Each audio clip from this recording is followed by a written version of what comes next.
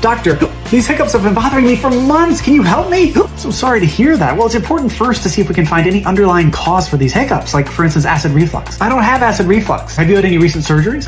No. Okay, well, maybe we do need to try some medicines just to help your symptoms then. I've already tried a lot of stuff, Doc. Baclofen, gabapentin, Reglan.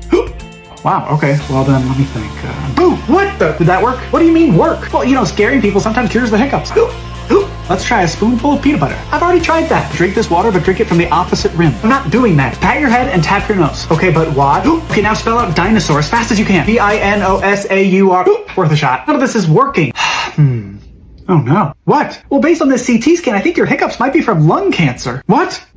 Doctor, I have lung cancer? I cured you. Cured me of the cancer? No, silly, of your hiccups. I scared you and now they're gone. What kind of doctor would do that? Desperate times call for desperate measures. Wait, so does that mean I don't actually have lung cancer? Oh, I wouldn't really go that far. This CT scan doesn't look great. Oh.